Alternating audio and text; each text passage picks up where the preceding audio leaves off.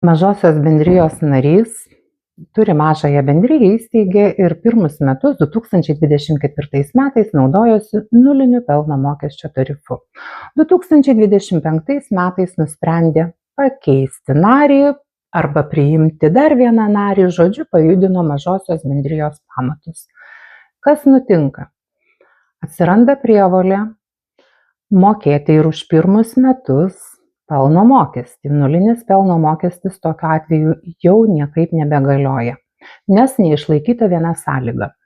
Ką reiktų daryti? Reikia tikslinti 2024 metų pelno mokesčio deklaraciją, už 2024 metus rinktis 5 procentų pelno mokestį. Žinoma, jeigu išlaikytos visos kitos sąlygos, 300 tūkstančių pajamos nedidesnė, apyvarta nedidesnė negu 300 tūkstančių, darbuotojų skaičius nedaugiau negu 10 ir, žinoma, nekontroliuoja kitų juridinių vienetų. Ir už 2025 metus, kitais metais deklaruojant pelną iki birželio 15 dienos, teks rinktis jau 6 procentų pelno mokesčio tarifą, nes buvo keistas mažosios bendrijos narys.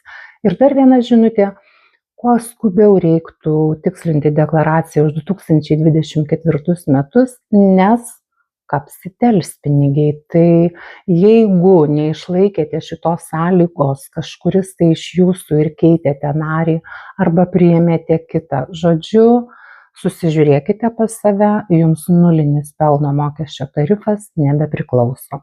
Pelningo verslo.